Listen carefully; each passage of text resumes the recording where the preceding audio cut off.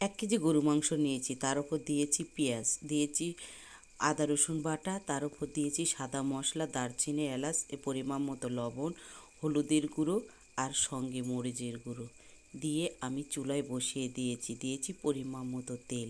যেটুকু প্রয়োজন যে যেমন খান সেই রকম করে নেড়ে চেড়ে দেখেন আমি কষিয়ে নিচ্ছি।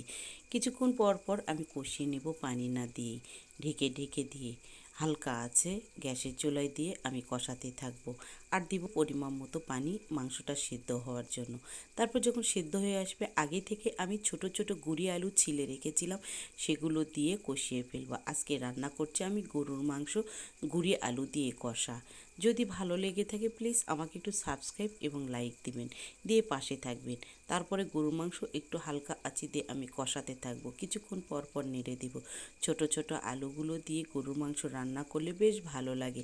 আমি টাঙ্গাইলে খেয়েছিলাম, আমার খুব ভালো লেগেছিল, তাই আবার আপনাদের সাথে শেয়ার করলাম আমি।